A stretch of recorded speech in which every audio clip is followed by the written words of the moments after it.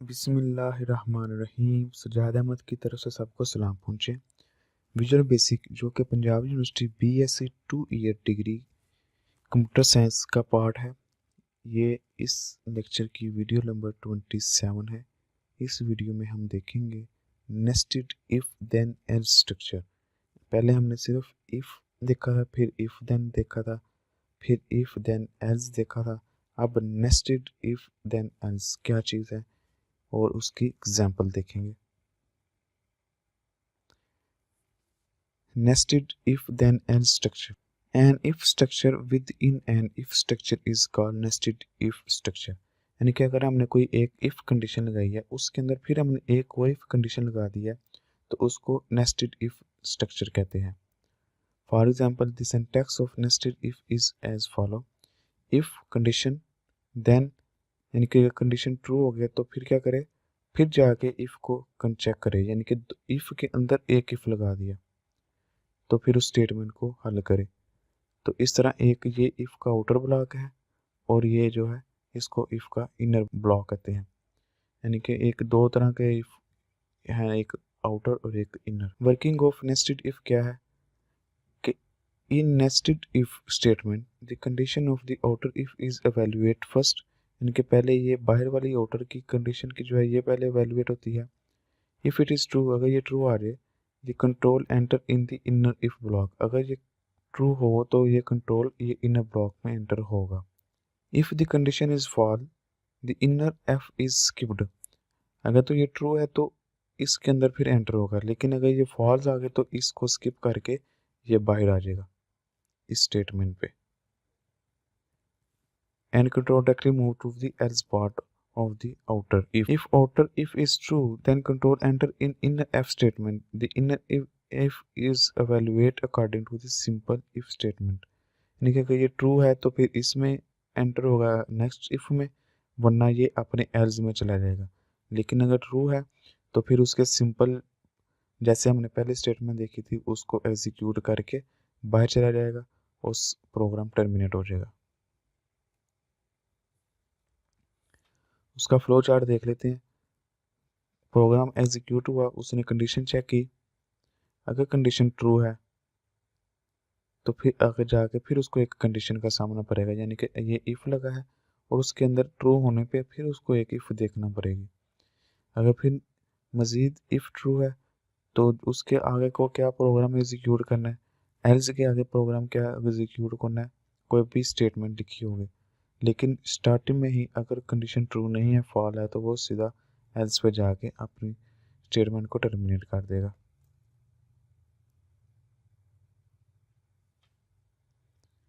Write a program that input mark of the math and English into text boxes।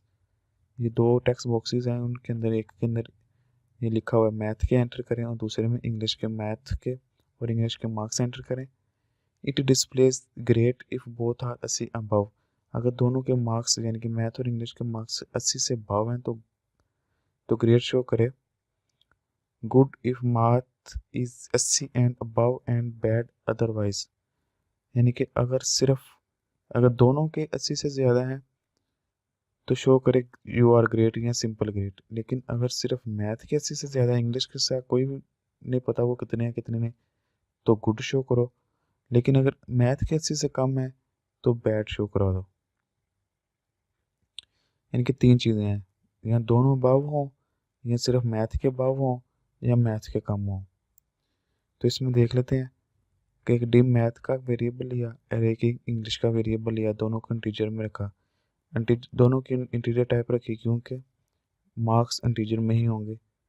फिर text box dot text, यानी कि text box 1 की जो text है उसके अंदर जो भी आएगा उसको मैथ में स्टोर करा दिया। फिर text box 2 dot text box 2 का जो भी वैल्यू है इसको इंग्लिश में स्टोर करा दिया। फिर कंडीशन क्या लगाई, इफ़ मैथ के जो मार्क्स हैं वो 80 से बड़े हैं तो फिर जाके इंग्लिश के चेक करो। यानी कि अगर मैथ के मार्क्स 80 से बड़े हैं तो इंग्लिश के चेक करो। फिर अगर इंग्लिश के भी 80 से बड़े हैं तो देन मैसेज बॉक्स शो करा दो ग्रेट। लेकिन अगर मैथ के बड़े हैं 80 से, इंग्लिश के बड़े नहीं हैं, तो फिर मैसेज बॉक्स शो करा दो गुड। क्योंकि फिर उसके वो एल्स के पार्ट में चलाएगा, इफ़ के पार्ट में नहीं जाएगा अगर कंडीशन दूसरी ट्रू ना हुई तो। लेकिन अगर पहले ही ट्रू नहीं है वो आउटर वाले, तो सिंपल वो स्किप करके एल्स वाले में चला जाएगा, तो वो कह देगा बैड। इसको रजिस्टर के ऊपर हल करने की कोशिश करें, इसकी लॉजिक समझें और इसको ज़ुबानी हल करने की कोशिश करें। उम्मीद है आपको बेहतर समझ आएगी। Run the project, enter marks in text boxes and click the button. कह रहा रन करें, और जब आप मार्क्स एंटर करेंगे मैथ और इंग्लिश बोथ के 80 से ऊपर तो वो ग्रेड शो करेगा, मैथ के 80 से ऊपर इंग्लिश के 80 से कम तो वो गुड शो करेगा, मैथ के 80 से कम इंग्लिश के 80 से ज़्यादा तो वो बैड करेगा, क्योंकि हमने कंडीशन मैथ के ऊपर लगाई है ना कि इंग्लिश के ऊपर। और मैथ के भी कम इंग्लिश के भी कम तो वो बैड। इंग्लिश के बेशक एक्सीडेंट हो, लेकिन जब मैथ के 80 से कम है तो उसने कह देना बैड, क्योंकि हमने मैथ के ऊपर कंडीशन लगाई है ना कि इंग्लिश के ऊपर। Write a program that input 3 number and display smallest number by using nested if, यानी कि इफ के अंदर इफ इस्तेमाल करते हुए स्मॉलेस्ट नंबर को हमने मालूम करना है। तो 3 नंबर होंगे, पहला ए में रखा, दूसरा बी में, तीसरा सी में। इनपुट इनपुट इनपुट करके 3 वैल्यू हमने ली। इफ ए छोटा है बी से, देन यानी कि ए बी से तो छोटा होगा, फिर चेक कर लो क्या वाकई ए सी से भी छोटा है। तो मैं सिर्फ बॉक्स शो करा रहा दो ए इज स्मॉलेस्ट, क्योंकि ए बी से पहले छोटा है तो अब ए सी से भी छोटा है, तो फिर पीछे रह गया, दोनों से छोटा है तो फिर छोटा ही है।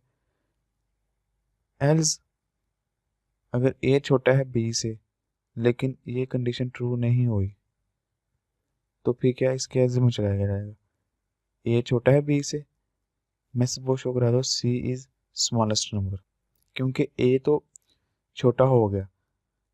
अब क्योंकि ए छोटा है बी से लेकिन वो सी से छोटा नहीं है, तो इसका क्या मतलब है कि वो सी जो है ना वो खुद छोटा नंबर है सबसे। इसी तरह इस इफ एल्स में क्या है कि अगर ये कंडीशन ट्रू नहीं है, यानी कि ए नहीं है छोटा बी से, तो फिर चलो चेक करो जाके इफ बी छोटा है सी से, देन मैं सिर्फ वो शो करा दो B is smallest, else show करा दो सी इज स्मॉलेस्ट, और नीचे एंड इफ और एंड सब। हाउ इट वर्क, ये कैसे काम करता है। वह program input 3 number and find the smallest one when the control enter the outer loop.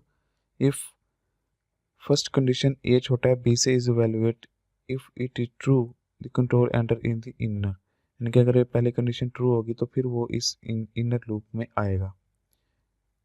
इस तरह ये काम कर रहा है।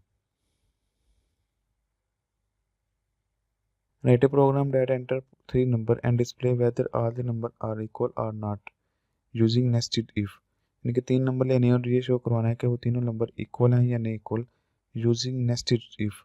तो क्या if condition like a equal to b, पहले ये चेक कर ले कि ए भी बराबर है, अगर बराबर है तो फिर चेक करो ए सी से बराबर है, तो इसका मतलब है अगर ये भी बराबर है तो ये तीनों बराबर हैं। तो मैं सिर्फ शो करा दो ऑल नंबर आर इक्वल, तो अदरवाइज शो करा दो नंबर्स आर डिफरेंट या नंबर आर डिफरेंट। ये छोटा सा क्विज है, इसके आंसर कमेंट्स में जरूर लिखिएगा। Outer if is evaluate first, yes or no, first there must be only one loop within loop, yes or no, we can nest it only one time, yes or no। Thank you for watching। Allah Hafiz।